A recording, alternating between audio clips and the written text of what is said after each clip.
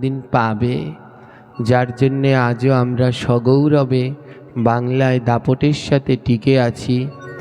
আজ তারই অঙ্গনে, তারই ভজনের স্থলে আমরা সকলে উপনীত হয়েছি তার অপার করুণা কৃপা আশীর্বাদ লাভের জন্যে। জয় নিতাই। তাই চলুন আদ্যকার আমাদের আলোচ্য বিষয়বস্তু হোক গুরু মহিমা। একদিন নৈমিষারণ্যবনে সুখদেব গোস্বামী আমার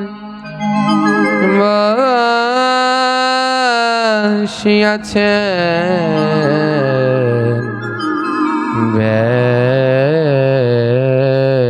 বেশাসনে। শ্রোতাশানে বসিয়াছে কত জ্ঞানী গুণী,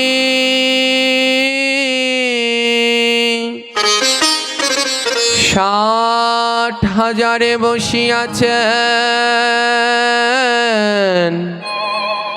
ঋষিয়ার মুনি। এক এক করে শ্লোক সুখদেবে করিছে আলোচনা, যাহা হইতে ঘুচে জীবে যতেক যন্ত্রণা। ভাগবত কথামৃত পরমা মধু,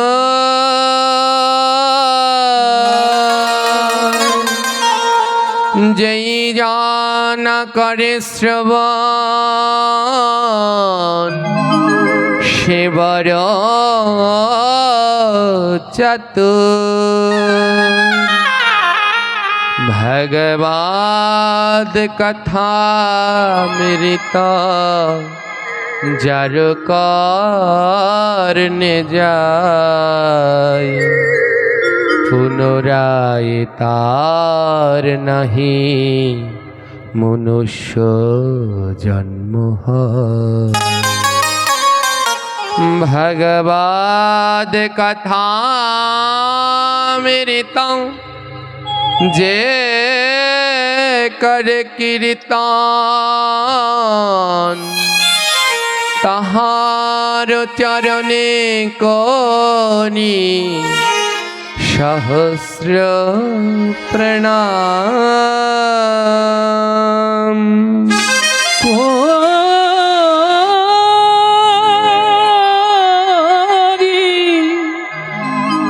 আমি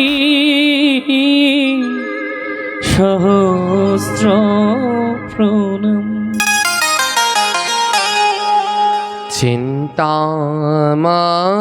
চিন্তামণি লকসুখম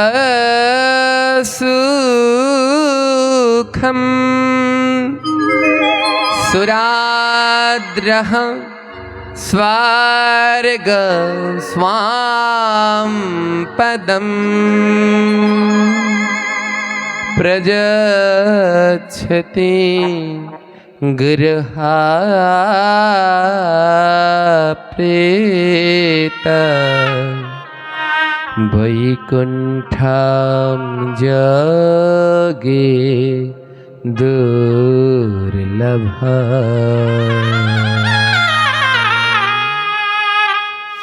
ধ্যান দিন ভাগবতের এই শ্লোক আমাদের কি বললেন। চিন্তামণি লোকসুখম, এ জগতে এই মনুষ্য জাতিকে, এই লোক সকলকে, এই পৃথিবীর লোককে, এই মনুষ্য লোককে কেউ যদি সুখ দিতে পারে, এই মনুষ্য জাতির চাওয়া পাওয়া কি? এদের চাওয়া পাওয়া হলো যত চায় পায় তত চায়, কোনো থামাথামি নেই। যত পাবে ততই এরা চাইতে থাকবে। তাই এদের এই চাওয়া পাওয়া ধ্যান দিবেন, মনুষ্য জাতি আর ভক্তদের এক করে ফেলবেন না। হ্যাঁ, ভক্ত মনুষ্য জাতি হয়ে আগে মানুষ হতে হয়, ভক্ত প্রথমেই নয়। আগে এই দুর্লভ মানব জন্ম পেয়ে আগে মানুষ হতে হয়। আর মানুষ না হলে কোনো দিন ভক্ত হওয়া যায় না। এ জগতে একটা গরুর বাচ্চা জন্মালে গরু হয়, একটা ছাগলের বাচ্চা জন্মালে ছাগল হয়, একটা ভেড়ার বাচ্চা জন্মালে ভেড়া হয়, কিন্তু একমাত্র মানুষের বাচ্চা জন্মালে কোনো দিন মানুষ হয় না। মানুষের বাচ্চাকে মানুষ করতে হয়। হ্যাঁ, তো আমাদের চাওয়া পাওয়াগুলো কি, ধন সম্পদ টাকা পয়সা কত কি, একের পর এক চাওয়া পাওয়া। বলে এই চাওয়া পাওয়াকে যদি কেউ পূর্ণ করতে পারে তাহলে একটা পাথর আছে, পাথরটার নাম হলো চিন্তামণি পাথর। পরশ পাথরের নাম শুনেছেন? পরশ পাথর এর কাজ কি? লোহার সাথে পাথরটা ছোঁয়া লাগালে সঙ্গে সঙ্গে লোহাটা কি হয়ে যায়? জোরে বলবেন মা, কি হয়? সোনা হয়ে যায়। বড় মূল্যবান পাথর হলো পরশ পাথর। বলে লোহার সাথে লাগানোর সাথে সাথেই লোহাটা সোনা হয়ে যায়। বলে পরশ পাথরের থেকে আরেকটা মূল্যবান পাথর আছে, এই পাথরটার নাম হলো চিন্তামণি পাথর। বলে এ পাথরের কাজ কি? বলে পরশ পাথরের তো ছোঁয়া লাগাতে হবে, লোহার কাছে নিয়ে যেতে হবে, নিয়ে ছোঁয়া লাগালে তারপরে লোহা সোনা হয়। আর চিন্তামণি পাথর এমন এক পাথর, ও পাথরটা বুকের কাছে নিয়ে যা চিন্তা করবেন সঙ্গে সঙ্গে হাজির। হ্যাঁ, চিন্তামণি পাথর বুকের কাছে নিয়ে চিন্তা করুন, 10 কিলো সোনা লাগবে, সঙ্গে সঙ্গে 10 কিলো হাজির। তাই যত চাওয়া পাওয়া এগুলো যদি কেউ পূর্ণ করে দিতে পারে তাহলে সে হলো চিন্তামণি পাথর। তাই বলল চিন্তামণি লোক সুখম। এই লোক জাতিকে যদি কেউ সুখ দিতে পারে, এই চাওয়া পাওয়ার সুখ, তাহলে সেটা হলো চিন্তামণি পাথর। কারণ এর কাছে যা চাবে তাই পাবে। হ্যাঁ, সুরাড্রাহ স্বর্গ স্বামততম। স্বর্গে যত চাওয়া পাওয়া আছে সেটা একটা গাছ, ও গাছটার নাম হলো কল্পবৃক্ষ। কি নাম? স্বর্গের দেবদেবীদের যা লাগে ও কল্পবৃক্ষের কাছে গিয়ে যা চায় সঙ্গে সঙ্গে তাই দিয়ে দেয়। ও গাছটার হলো এই ক্ষমতা, স্বর্গের সব চাওয়া পাওয়া পূর্ণ করে দেয় ওই গাছটা। আর তার নাম কল্পবৃক্ষ। আর পৃথিবীর চাওয়া পাওয়াগুলো পূর্ণ করে দেয়, ওর নাম হলো চিন্তামণি বৃক্ষ, পাথর। হ্যাঁ, তো এ জগতে কল্পবৃক্ষ কিন্তু 3খানা, 1খানা নয়। একটা আছে স্বর্গে কল্পবৃক্ষ, ওটার কাছেও যা যাইবেন তাই পাবেন। আর পৃথিবীতে আছে 2খানা কল্পবৃক্ষ। পৃথিবীতে কয়খানা কল্পবৃক্ষ আছে? এই 2খানা বৃক্ষের কাছেও যা চাইবেন তাই পাবেন। এই 2খানা কল্পবৃক্ষের নাম কি? প্রথম কল্পবৃক্ষ জয় জয় শ্রী গুরু প্রেম কল্পতরু।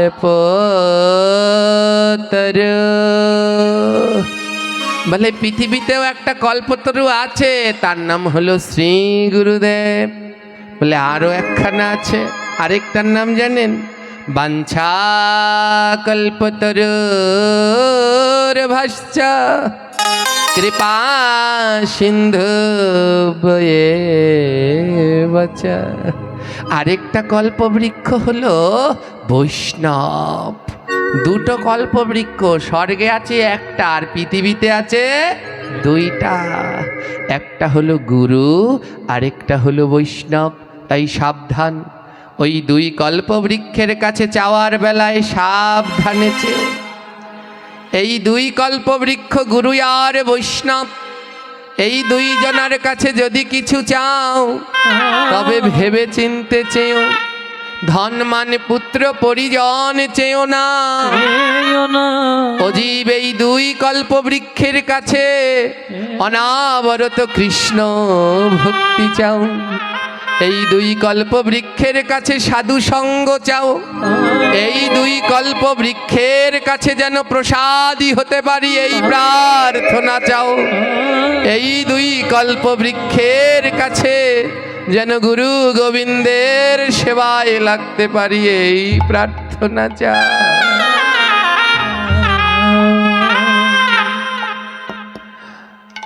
না বুঝে চেও না, এই দুটা কল্পবৃক্ষ, এদের কাছেও যা চাইবে তাই পাবে, কিন্তু বুঝে শুনেছে নিও, না বুঝে এদের কাছে কিছু চেও না। তাই স্বর্গের সম্পদ ওই কল্পবৃক্ষ। এবার কি বললেন? বৈকুণ্ঠম যোগী দুর্লভম, যোগীগণের কাছে, ভক্তগণের কাছে ও চিন্তামণি পাথরও কিছু না, আর ও কল্পবৃক্ষ তাদের কাছে কিছু না। এ জগতে ভক্তবৃন্দের কাছে কি, হ্যাঁ, যোগীমুনি ঋষিদের কাছে কি, যোগী দুর্লভম বৈকুণ্ঠম, তাদের কাছে দুর্লভ ধন হলো বৈকুণ্ঠ। আমার গোবিন্দের ধামে যাওয়া, আমার গোবিন্দের সেবা করা, ধ্যান দিন। বৈকুণ্ঠ মানে আবার এটা ভাববেন না ওখানে গিয়ে সুখ শান্তি করবে, ওটা মানে ভক্তদের কাছে বৈকুণ্ঠ নয়। ওই বৃন্দাবনে ভক্তদের কাছে বৃন্দাবন নয়, এ জগতে যারা প্রকৃত ভক্ত তাদের কাছে বৃন্দাবন এটা, এটাই তাদের কাছে বৃন্দাবন। বারবার যেন এই ভক্ত সঙ্গে মধুর বৃন্দাবনে আসতে পারি।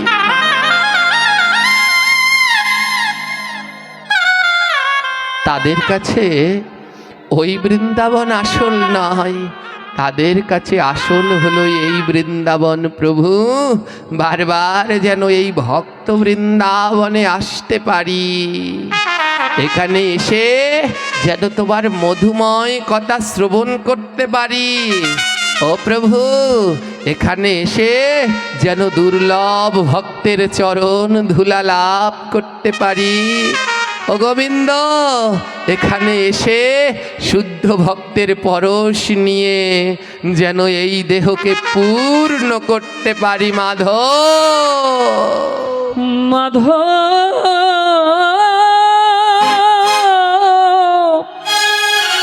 ও হে ভবপারের কান্ডারি মাধবামা। ভক্তদের কাছে পরম পাওয়া, পরম প্রিয় হলো এই বৈকুণ্ঠ মধুময় বৃন্দাবনে গমন। বলি এটা কি করলে পাওয়া যায়? এই বৈকুণ্ঠে কি করলে যাওয়া যায়? এই শ্লোক বললেন, প্রযোচ্ছতি গুরু প্রীত বৈকুণ্ঠম যোগী দুর্লভম। বলে ধ্যান তপস্যা করলে হয়তো চিন্তামণি পাথর পাবে, ওই স্বর্গের কল্পবৃক্ষ পাবে, কিন্তু বৈকুণ্ঠে যেতে হলে ধ্যান তপস্যা করে যাওয়া যায় না। বলে বৈকুণ্ঠে যেতে হলে কি করতে হয়? প্রযোচ্ছতি গুরু প্রীত, শ্রী গুরুর সেবা করতে হয়, শ্রী গুরুর বাক্য অক্ষরে অক্ষরে পালন করতে হয়। আর গুরু বাক্য পালন করে যদি গুরুর মুখ নির্দিষ্ট বাক্য সত্যজ্ঞানে পালন করতে পারো, তাহলে অনায়াসে বৈকুণ্ঠে যেতে পারবে। গুরু বন্দনায় বললেন, সত্য জ্ঞানে গুরু বাক্য যাহার বিশ্বাস,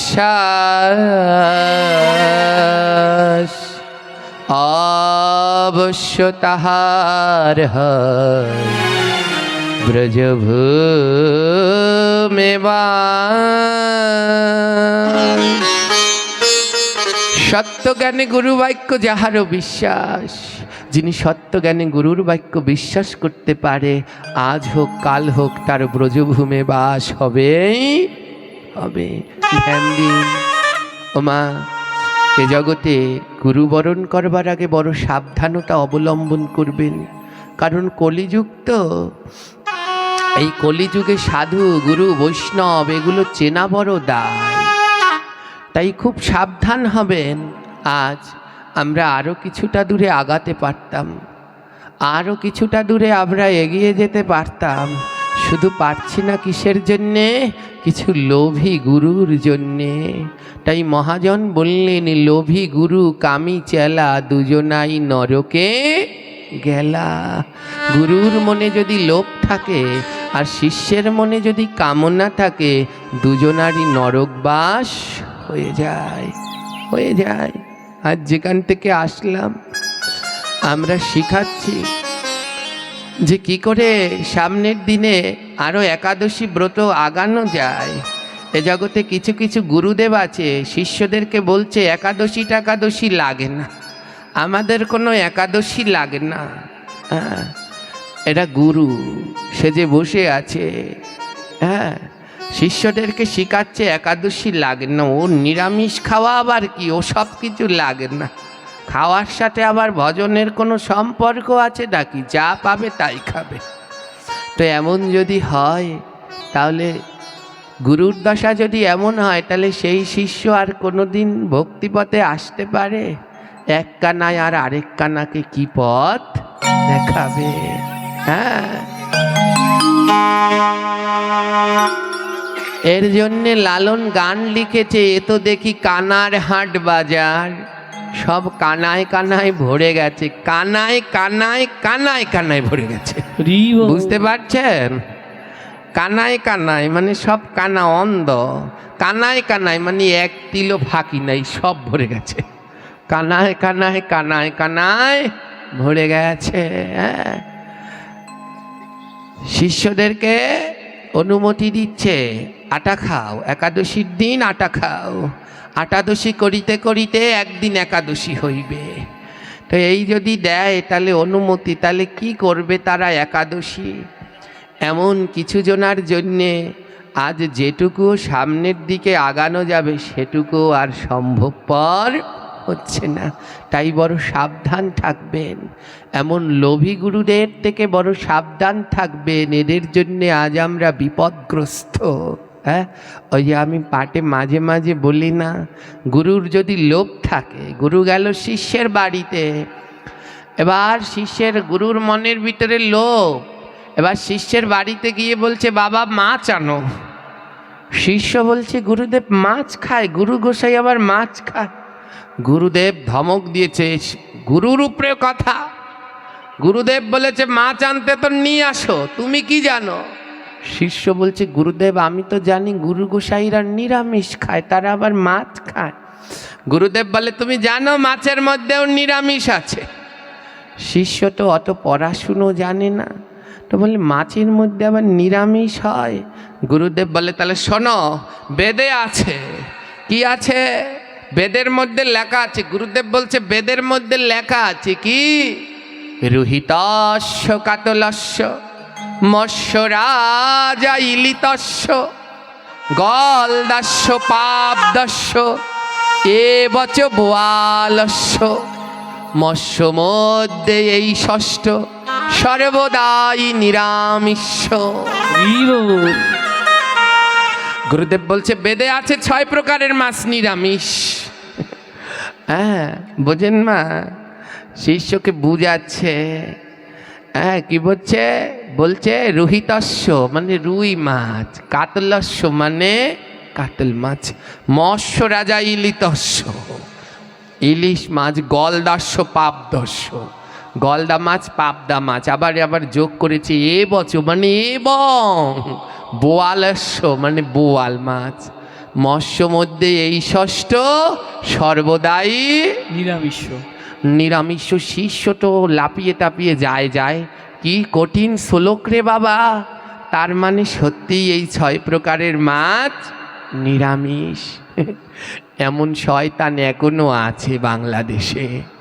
হ্যাঁ, অভাব নাই এগুলোর। হ্যাঁ ওমা, শিষ্য তো আর জানে না। এর জন্যে এগুলোরা কি করে জানেন? একটু হলেই বলে বেদে আছে, বেদে আছে। তাই আমি আবার একখানা, বেদ কয়খানা জোরে বলবেন? কয়খানা? 4 খানা। কি কি জোরে বলুন? ঋক, সাম, যজুর। আর আমি বলি না না, কলিযুগে আরেকখান বাড়ছে বেদ, ওর নাম হলো ইচ্ছা বেদ। কি বেদ? ওই যা মনে চাই ইচ্ছা লয় সব বেদে আছে। শিষ্যকে এমন বুঝিয়ে দিয়েছে, আর শিষ্য তো বোঝে না। ও তো আর অত গ্রন্থ জানে না, তাই খুব সাবধান।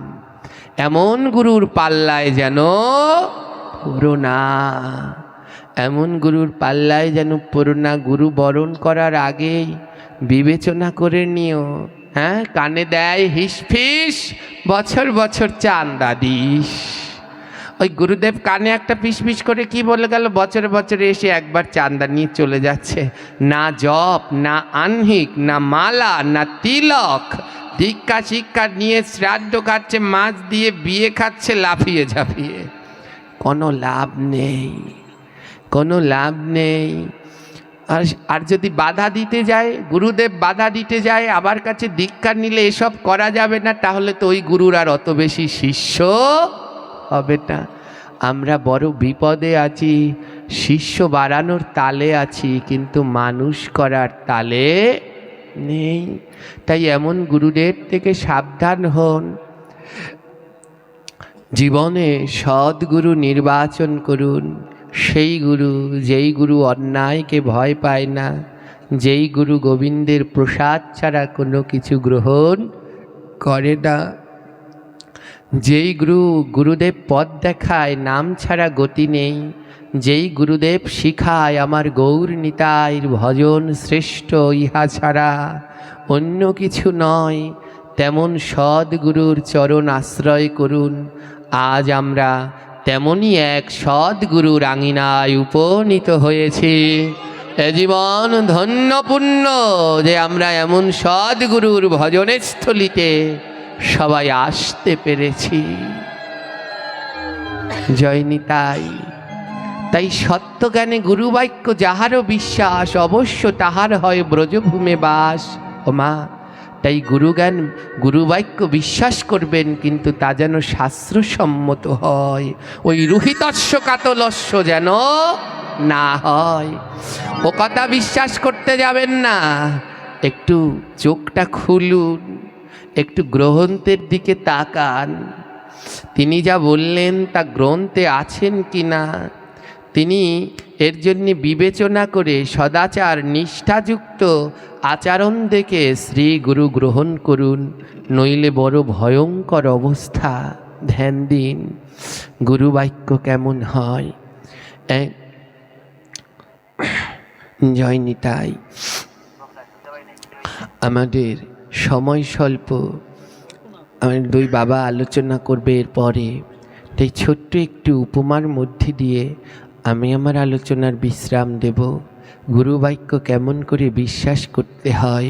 পুরাকালে এক পরম ভক্ত ছিলেন, ভক্তের নাম দীননাথ।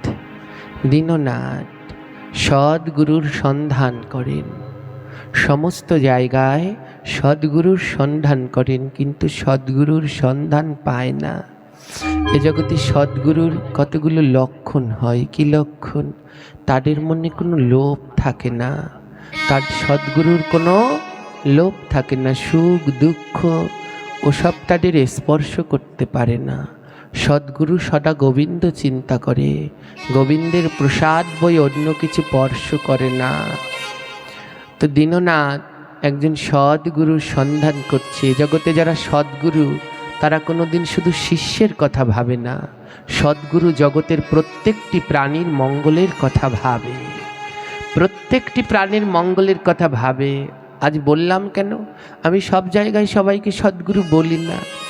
আজ এখানে যে এসেছি এক সদ্গুরুর ভজনের স্থলিতে এসেছি। সদ্গুরু শুধু শিষ্যের কথা ভাবে না, প্রত্যেকটা প্রাণীর মঙ্গলের কথা ভাবে।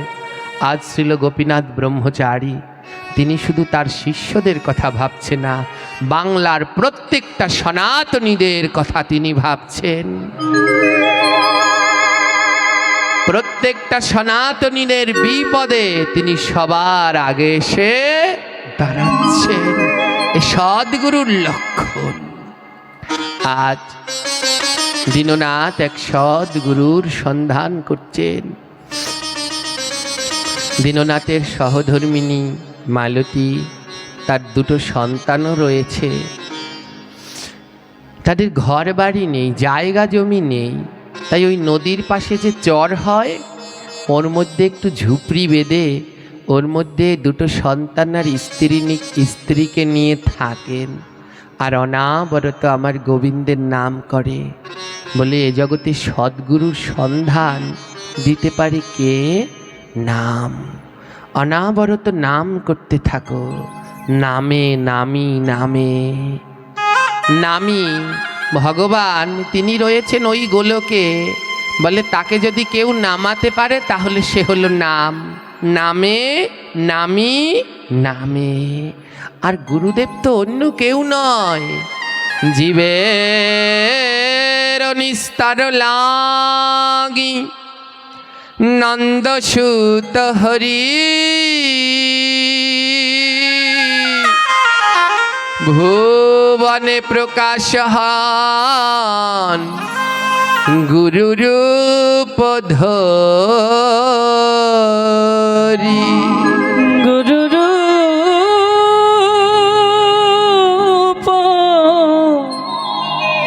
ধরি।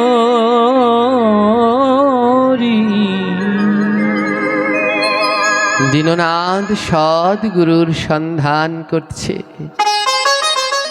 আর বদনে নাম গাইছে। বলে এই নামই আমায় সদ্গুরুর কাছে নিয়ে যাবে। তাই হে কৃষ্ণ ভক্তগণ, অনাবরত নাম করুন, জপ করুন। এই নাম, এই জপ একদিন আপনাকে সদ্গুরুর কাছে নিয়ে যাবে। ওই ভাঙা ঝুপড়ি ঘরের মধ্যে বসে দীননাথ দুটি নয়নের জলে প্রভুকে ডাকেন। হরে কৃষ্ণ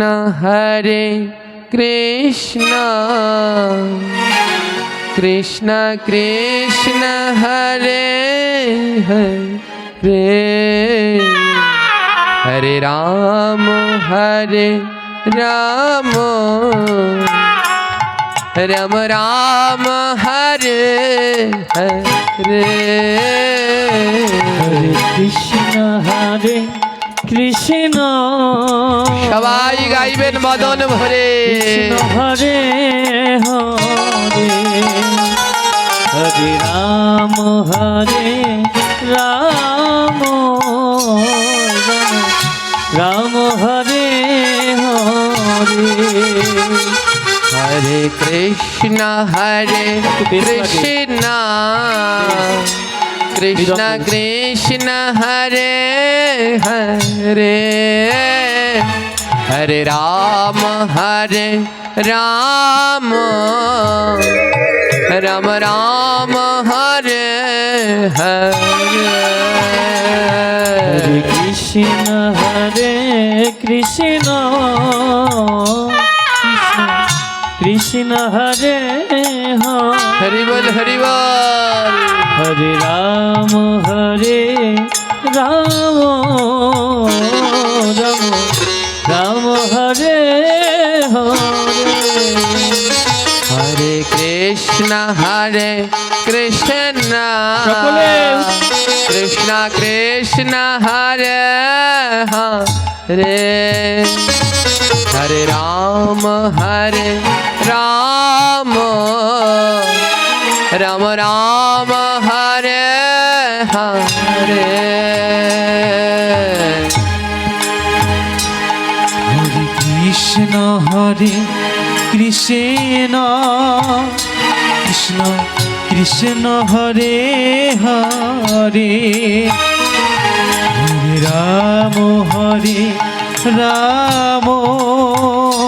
রাম রাম হরে হরে। বলে এই নাম করলে সদ্গুরুর কৃপা পাওয়া যাবে? মহাজন বললেন হ্যাঁ, এই নামেই একদিন সদ্গুরু তোমার কাছে নেমে আসবে। বলে কত নাম করলাম, কই এলো না তো? বলে আসবে। ওই গুরুদেবকে আনতে একটা নৌকা পাঠাতে হবে। নৌকাটার নাম হলো নাম। একটা নৌকা পাঠিয়ে দাও। নৌকাটার নাম হলো নাম। নামের নৌকা পাঠাও। আর নৌকা চলতে গেলে তো জল লাগবে, জল না হলে তো নৌকা চলে না। তাই দুই নয়নের জল দিয়ে আজ নামের নৌকা ভাসিয়ে দাও। দুই নয়নের জল দিয়ে হাগৌর হানিতাই বলে ডাকো। ডাকো।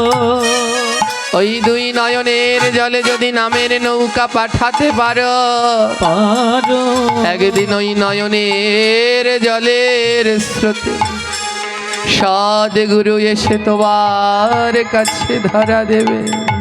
হরে কৃষ্ণ হরে কৃষ্ণ কৃষ্ণ কৃষ্ণ হরে হরে, হরে রাম রাম রাম হরে হরে। হরে কৃষ্ণ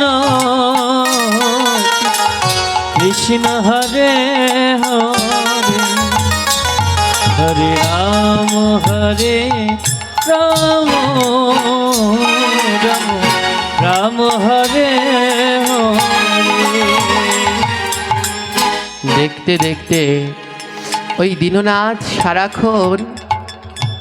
সারাক্ষণ অমন করে নাম করে, আর যেখানে সাধু সঙ্গ হয় ওখানে ছুটে যায়। আজ সাধু সঙ্গ আর নাম, এই দুইয়ের মধ্যে দিয়েই সদ্গুরু বৈষ্ণবের কৃপা সন্ধান পাওয়া যায়। আজ তাদের গ্রামে এক গুরু আসলেন, সদ্গুরু। তিনি সদ্গুরুদেব যখন ওই গ্রামে আসলেন, দীননাথ যখন ওখানে গেলেন, আহা, তার বদন দর্শন করেই মুখে নাম আসছে।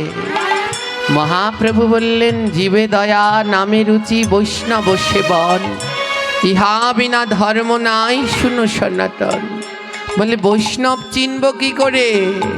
যাহারে দেখিয়া বদনে আইসে হরি নাম, তাহারে জানিও তুমি বৈষ্ণব প্রধান। যার বদন দর্শন করলে পরে, যার আচার আচরণ দেখলে পরে বদন বলে উঠে রাধে রাধে, গৌর গৌর, নিতাই নিতাই, তাকে তুমি বৈষ্ণব বলে জেনো। আজ ওই তাদের গ্রামে যে বাবাজি এসেছে, লুটিয়ে পড়লেন দীননাথ। গুরুদেব, আমি কতদিন ধরে এমন এক সদ্গুরুর সন্ধান করেছি, আজ আমার কত ভাগ্য, আজ আমি সদ্গুরুর সন্ধান পেলাম। এবার আমায় কৃপা করুন, আমায় দীক্ষা দিন। গুরুদেব বললেন, বেশ বাবা, তবে তাই হোক। শোনো, মরে যাবে তাও গোবিন্দের প্রসাদ ছাড়া কিছু গ্রহণ করবে না। সদ্গুরুদেবের আজ্ঞা, মরে যাবে কিন্তু তাও গোবিন্দের প্রসাদ ছাড়া কিছু গ্রহণ করবে না। দীননাথ মাথা পেতে নিলেন, গুরুদেব যেন আপনার এই আজ্ঞা পালন করতে পারি। শোনো বাবা, কোনো সময় যেখানে সাধুসঙ্গ হবে, যেখানে হরিবাসর হবে, নাম হবে, হরিকথা হবে, সেখানে শত কাজ থাকলে ছুটে যাবে। ওই হরিকথায় যেন অনাবরত মতি থাকে, ওখান থেকে যেন মতি না যায়। শুনবে, একবার ভগবান শ্রীকৃষ্ণ বৃন্দাবন ছেড়ে মথুরায় চলে গেছে। শ্রীমতী রাধারানী আমার কৃষ্ণ বিরহে পাগলিনী, কতজনার কাছে গেল, আমায় কৃষ্ণ এনে দে, কৃষ্ণ এনে দে, কিন্তু কেউ পারল না। তাই রাধারানী আমার বৃন্দা দেবী তুলসীর কাছে গেলেন। ও তুলসী, এ জগতে তুই ছাড়া কেউ কৃষ্ণ দিতে পারে না। ও মা, তুলসী ছাড়া কেউ গোবিন্দ দিতে পারে? যার কণ্ঠে তুলসীর মালা নেই, হাজার কৃষ্ণ ডাকলেও কৃষ্ণ তাকে ধরা দেবে? যে তুলসী তলায় জল দেয় না, হাজার কৃষ্ণ ডাকলেও কৃষ্ণ তার ডাকে কোনোদিন সাড়া দেবে না।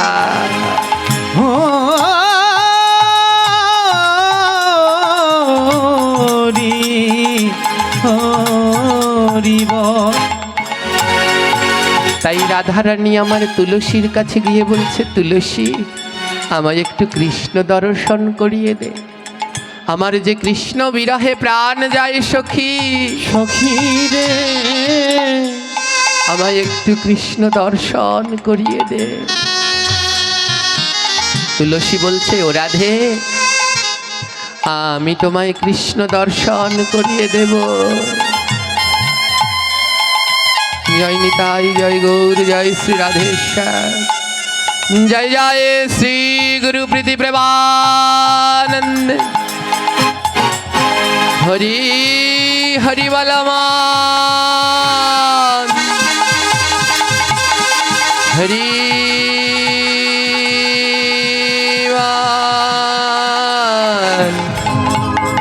হরি হরি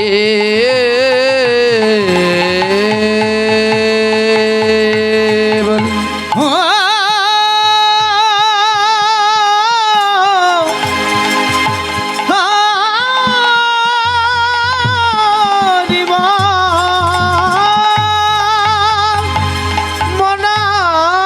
মনানন্দে প্রেমানন্দে হরিব।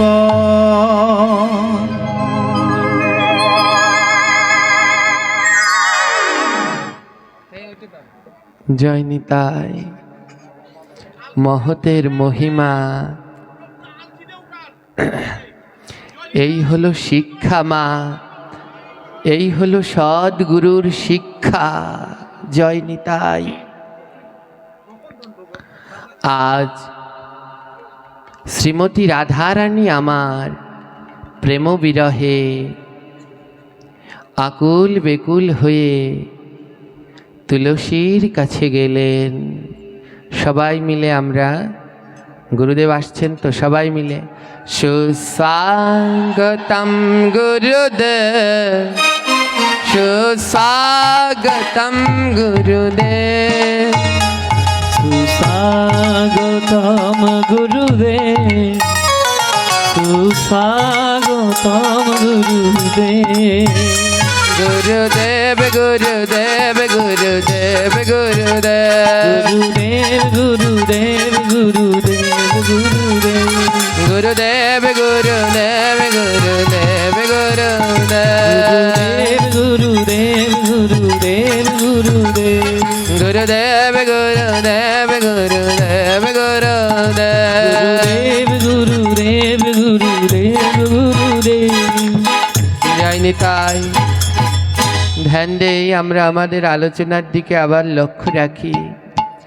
আজ কৃষ্ণ বিরহে পাগলিনী শ্রীমতী রাধারানী বৃন্দা দেবীর কাছে গিয়ে প্রার্থনা করছে, বৃন্দে একটা বার আমায় কৃষ্ণ দর্শন করিয়ে দে, তুই ছাড়া আর আমায় কে কৃষ্ণ দর্শন করাবে।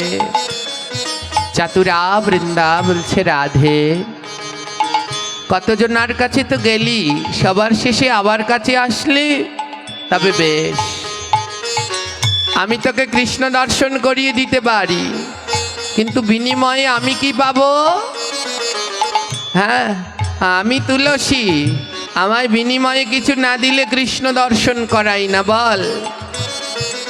আমি যদি তোকে কৃষ্ণ দর্শন করাই, তুই আমায় কি দিবি? রাধারানী বলছে, দেখ আমি আর কি দেব তোকে। তুলসী বলছে, দেখ আমাকে দামি কিছু দিতে হবে। রাধারানী শত চিন্তা করে ভাবলেন, কি আছে আমার কাছে দামি? এ জগতে গোবিন্দ ছাড়া তো আর আমার কাছে দামি কিছু নাই। তুলসী বললেন, রাধে ভেবে চিন্তে যদি দিতে পারিস তাহলে তোকে কৃষ্ণ দর্শন করিয়ে দেব। কি করলেন জানেন? রাধারানী কিছুটাক্ষণ ভেবে বললেন, দেখ তুলসী, আমার কাছে একটা গজমতি হার আছে। গজমতি হার কাকে বলে মা? 1,00,000 হাতি দেহ ত্যাগ করলে তার মধ্যে দিয়ে একটা মতি পাওয়া যায়, মানে মুক্তা। এমনি 108টা মতি দিয়ে হয় একটা গজমতির হার, বড় দুর্লভ। হ্যাঁ, হিসাব করুন, 1,00,000 হাতি থেকে মতি পাওয়া যায় একটা, তার মানে 100 লক্ষ, 108 লক্ষ হাতি থেকে একটা গজমতির হার হয়। রাধারানী বললেন, দেখ তুলসী, আমার কাছে এই দুর্লভ হার আছে, গজমতির হার। যদি আমায় কৃষ্ণ দর্শন করিয়ে দিতে পারিস, এই গজমতির হারটা আমি তোকে দিয়ে দেব। এই গজমতির হারটা আমি তোকে দিয়ে দেব। রাধারানী বললেন, এই হার তোর, যদি আমায় একবার কৃষ্ণ দর্শন করিয়ে দিস। বৃন্দা দেবীর দুই নয়নে জল। তুলসী বলছে, রাধে, আমি বনে জঙ্গলে ঘুরে বেড়াই, এত মূল্যবান এত দামি হার আমি কোথায় রাখবো? এত মূল্যবান হার রাখার আমার জায়গা নেই। তার থেকে একটা কাজ কর, তুই আমায় কি দিবি? রাধারানী বললেন, গজ মতি হার। ধ্যান দেবেন, তিনটি শব্দ, গজ মতি হার। বৃন্দা দেবী বললেন, ও রাধে, আমায় আগেও না পরেও না মধ্যের অংশটুকু দিয়ে দে। আমায় আগেও লাগবে না পরেও লাগবে না, মধ্যের অংশটুকু দে রাধে। রাধারানী বললেন, বুঝলাম না রে তুলসী। বলে, তুই আমায় গজমতি হার দিবি তো? আমার গজও লাগবে না আর হারও লাগবে না, ওই আগের অংশ গজও লাগবে না, শেষের অংশ হারও লাগবে না, আমায় শুধু মধ্যের অংশটুকু দে। রাধারানী বলল, মানে? বলে, মধ্যে আছে মতি। আজ তুলসী বৃন্দায় আমার রাধারানীর চরণে লুটিয়ে পড়ে বলছে, রাধে রে, আমায় আর কিছুর দরকার নাই, দরকার নেই, শুধু আমায় মতি দে, মতি দে রে। রাধারানী বললেন, কোন মতি? বৃন্দা দেবী বললেন, আমায় ভক্ত চরণে মতি দে রে। ভক্ত চরণে আমায় মতি,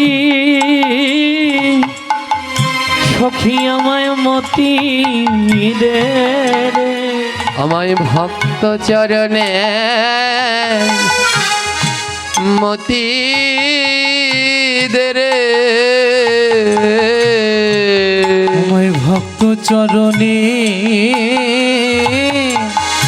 মতি দে রে।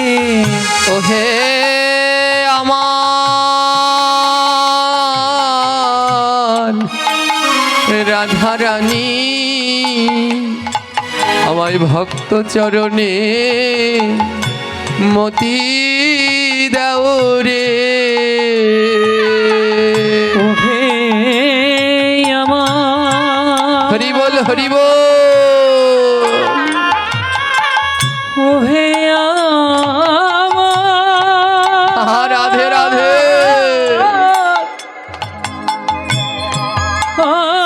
আমার রাধা রানী, আমায় ভক্ত চরণে সখী একবার মতি, মতি দে রে। যেন নয়নে জলে রাধে ভাসতে পারি, আমি যেন দুই নয়নের জলে সখী ভাসিতে পারি। যেন নিতাই গো বলেতে পারি, আর নয়নে জলে ভাসিতে পারি। মুখে যেন হানিতা,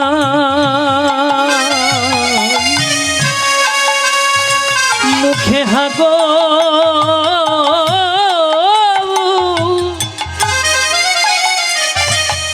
হাগৌর বলে, গৌর হরি গৌর হরি গৌর হরি। সখী রে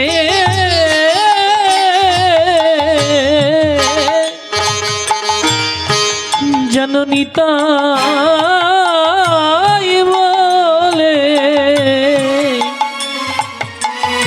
আমি ভাসিতে পারি। ও আমার রাধারানী, আমার গজমতির হার চাই না, চাই না শুধু আমার মতি চাই। ওই ভক্ত চরণে, গুরু চরণে যেন আমার মতি থাকে, মতি থাকে, আমার মনে যেন অভিমান আসে না, আসে না। আমি অভিমান শূন্য হয়ে যেন ভক্তের ধুলা মাখতে পারি, যেন এই ভক্তের ধুলা আমি মাখিতে পারি, যেন প্রেমালিঙ্গন করতে পারি, ও যেন প্রেমালিঙ্গ আমি করতে পারি। এই ভক্তের ধুলা মাখতে পারি, ভক্তের ধোলা মাখতে পারি, যেন প্রেমালিঙ্গন করতে পারি, যেন প্রেমালিঙ্গন করতে পারি। আমায় এই মতি দাও রাধে, যেন আমি অভিমান শূন্য হই, উঁচু নিচু বড় ছোট কোনো কিছু যেন আমার মনে আসে না। আমি সবার হৃদয়ে মাঝে যেন চৈতন্য দেখতে পাই, আর হৃদয়ে মাঝে চৈতন্য দেখে যেন ভক্তকে বুকের মাঝে জড়িয়ে ধরতে পারি, ধরিতে পারি। আজ গুরুদেব বলছে, দীননাথ আমার কাছে দীক্ষা নেবে? তবে শোনো, আগে দিয়ে পরে খা, তারে পরে দীক্ষা, আগে পরে দিয়ে খাও তারপরে দীক্ষা, আগে দিয়ে পরে খা, তারে পরে দীক্ষা, বলি আগে পরে দিয়ে খাও তার নাম দীক্ষা। গুরুদেব বলছেন, শোন বাবা, আগে দিয়ে পরে খা, তারপরে দীক্ষা। আগে গোবিন্দকে দিয়ে খা, অর্থাৎ প্রসাদী হ, তারপরে তোর দীক্ষা। পারবি প্রতিদিন ভগবানকে নিবেদন করে প্রসাদ করতে? তিনরাত বলল, হ্যাঁ গুরুদেব পারবো। সাধুসঙ্গ করতে পারবি? হ্যাঁ পারবো। জপ করতে পারবি? হ্যাঁ পারবো। গুরুদেব দীক্ষা দিলেন, নে এই মন্ত্র গিয়ে নিবৃতে জপ কর। এই মন্ত্র জপ করতে করতে একদিন দেখবি জগদীশ্বর তোর কাছে আসছে। হরিবল হরিবল। দীননাথ বলল, গুরুদেব দীক্ষা নেয়ার পরে নাকি গুরুদেবের একবার গৃহে যেতে হয়। আমার গৃহে যাবেন না গুরুদেব? আমার গৃহে একটু চরণধুলি দেবেন না? গুরুদেব বলল, অপেক্ষা কর। আমরা অনেকে আছি এমন পাগল, দীক্ষা নেয়ার পর গুরুদেবকে যেন নিজের সম্পদ বলে দাবি করি। হ্যাঁ করুন, কিন্তু তার উপরে এমন জোর খাটাবেন না। গুরুদেবের চিত্রপট মানেই আপনার গৃহের মধ্যে সাক্ষাৎ গুরুদেব অধিষ্ঠাত্রী আছেন। হ্যাঁ, দীননাথ বললেন, গুরুদেব হ্যাঁ আমার গৃহে যাবেন না? গুরুদেব বললেন, যে মন্ত্র দিলাম এ মন্ত্র জপ কর, এ নাম জপ কর, দেখবি নামই না একদিন সাক্ষাৎ জগদীশ্বর আসবে। গুরুবাক্য মস্তকে ধারণ করে দীননাথ সেদিন থেকে ভগবানের প্রসাদ পায়, আর সাধুগুরু বৈষ্ণবের সঙ্গ করে, আর ওই নদীর পাড়ে বসে বসে অপেক্ষা করে, একদিন না একদিন আমার গুরুদেব আসবেই আসবে, একদিন না একদিন আমার গুরুদেব আসবেই আসবে। ওই নদীর পাড়ে বসে গুরুদেবকে ডাকে, জয় গুরুদেব জয় গুরুদেব জয় গুরুদেব জয় গুরুদেব। জয় গুরুদেব জয় গুরুদেব জয় গুরুদেব জয় গুরুদেব। এসো এসো প্রভু পতিত পাবন, জয় গুরুদেব জয় গুরুদেব। জয় গুরুদেব জয় গুরুদেব। সবাই জয় গুরুদেব জয় গুরুদেব। এসো এসো প্রভু বিপদ ভঞ্জন, জয় গুরুদেব গুরুদেব জয় গুরুদেব জয় গুরু জয় গুরুদেব জয় গুরুদেব জয় গুরুদেব। গুরুদেবের বাক্য মতো প্রতিদিন জপ করে, 16 মালা জপ করে, প্রসাদ পায়, সাধুসঙ্গ করে, আর বাকি সময় ওই নদীর দিকে তাকিয়ে জয় গুরু বলে ডাকে। এদিকে গুরুদেব শিষ্যকে কথা দিয়েছিলেন, যদি বাক্য পালন করতে পারো একদিন তোমার গৃহে আসব। কিন্তু গুরুদেব ভুলে গেল। বলে এ জগতে শ্রীগুরু আর আছেন জগৎগুরু। বলে শ্রীগুরু আর জগৎগুরু আলাদা নয়, জগৎগুরু পরমেশ্বর ভগবান। বলে শ্রীগুরু যদি ভুলে যায় জগৎগুরু মনে রাখে, আর জগৎগুরু যদি ভুলে যায় তাহলে শ্রীগুরু মনে রাখে। তাই আজ জগৎগুরু ভগবান শ্রীহরি আমার ভক্তের বিশ্বাস দেখে একখানা নৌকা নিয়ে ওই নদীর মধ্যে আসছে। বলে আজ পরীক্ষা করে দেখব দীননাথ তোমার কেমন গুরু ভক্তি।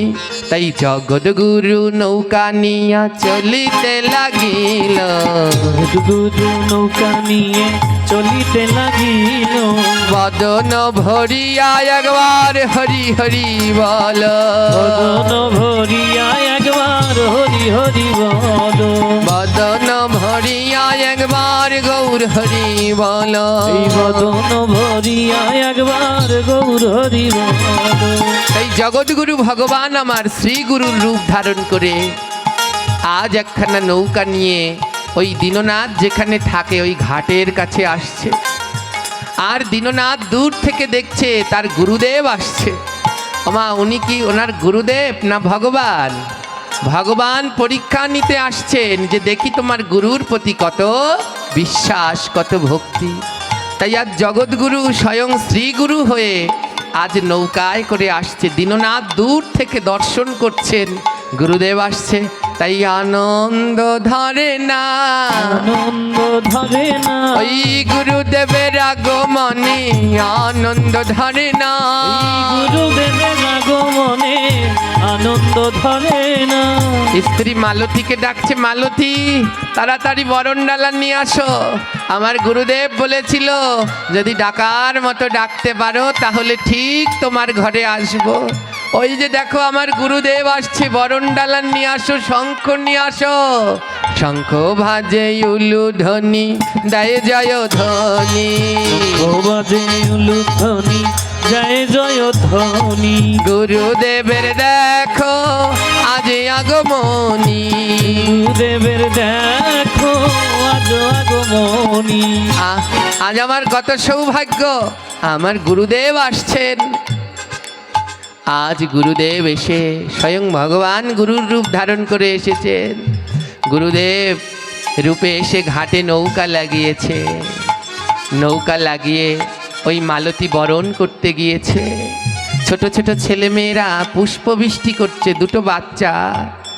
দীননাথকে গুরুদেব নৌকায় বসায়, এখনো নৌকা থেকে নামেনি। নৌকায় বসে গুরুদেব জিজ্ঞেস করছে, এ দীননাথ এই ছেলেটা কার? ধ্যান দিন। গুরুদেব জিজ্ঞেস করছে ছেলেটা কার? একটা ছেলে একটা মেয়ে। শিষ্য বলছে গুরুদেব আপনার দাস। ও আমার দাস, তাহলে একে নৌকায় উঠিয়ে দে। সঙ্গে সঙ্গে গুরুদেবের নৌকায় উঠিয়ে দিল। বাপাশে দাঁড়িয়ে মেয়েটা, গুরুদেব জিজ্ঞেস করছে এ দীননাথ মেয়েটা কার? দীননাথ একবারও বলছে না, আমাদের কাছে জিজ্ঞেস করে বলতাম কি গুরুদেব ছেলেটা আমার, মেয়েটা আমার। আর এ জগতে যে জনা কৃষ্ণ ভজে সে বড় চতুর। দীননাথ বলছে গুরুদেব এ মেয়েটাও আপনার দাস। ও আমার দাস, তাহলে তোর কাছে থেকে কি করবে? ওকেও নৌকায় উঠিয়ে দে। যেই স্ত্রী বরণ করছে সেই মালতী। গুরুদেব জিজ্ঞেস করছে রমণী কার? দীননাথ বলছে গুরুদেব আপনার শ্রীচরণের দাস, আপনার সন্তান। তবে দে একেও নৌকায় উঠিয়ে দে। স্ত্রীকেও নৌকায় উঠিয়ে দিলেন, যাও গুরুদেবের নৌকায় উঠে যাও। দীননাথ এই ঘর বাড়ি এর মধ্যে যে ল্যাপ তোষক দেখতে পাচ্ছি, বিষয় বাসনা, এগুলো কার? দীননাথ বলছে গুরুদেব এ ঘর বাড়ি সব কিছু আপনার। ও তাহলে এগুলো সব ভেঙে চুরে আমার নৌকায় উঠিয়ে দে।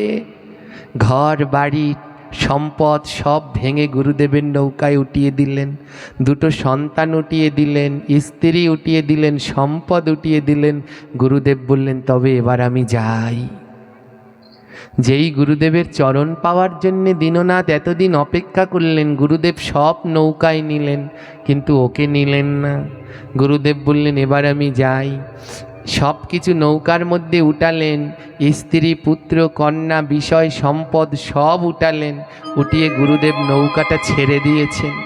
যখন নৌকাটা যাচ্ছেন, দীননাথ কাঁদছে, হাউমাউ করে উচ্চস্বরে কাঁদছে। শিষ্যের কান্না শুনে গুরুদেব নৌকাটাকে একটু সামনের দিকে আগালেন, আগিয়ে বলল, এ দীননাথ, কাঁদছো কেন? তোমার স্ত্রী, পুত্র, কন্যা, বিষয়, সম্পদ নিয়ে যাচ্ছি, তার জন্যে কাঁদছো? দীননাথ বলে, না গুরুদেব, এই স্ত্রী, পুত্র, কন্যা, বিষয়, সম্পদ এগুলো তো আমার নয়, এগুলো তো সব আপনার। আপনার জিনিস আপনি নিবেন, তাতে আমার কান্না কেন? গুরুদেব বলছে, তাহলে কাঁদছো কেন? শিষ্য দীননাথ বলছে, গুরুদেব, আমি এত জন্ম জন্মের অপরাধী।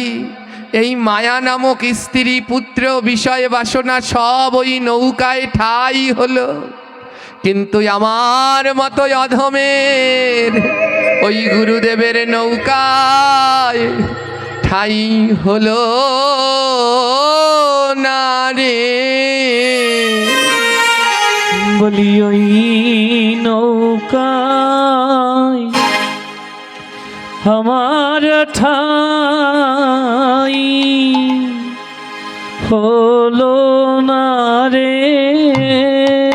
বলে, আমার তো ঠাই হলো না রে। বলি আমার তো ঠাই ওই নৌকা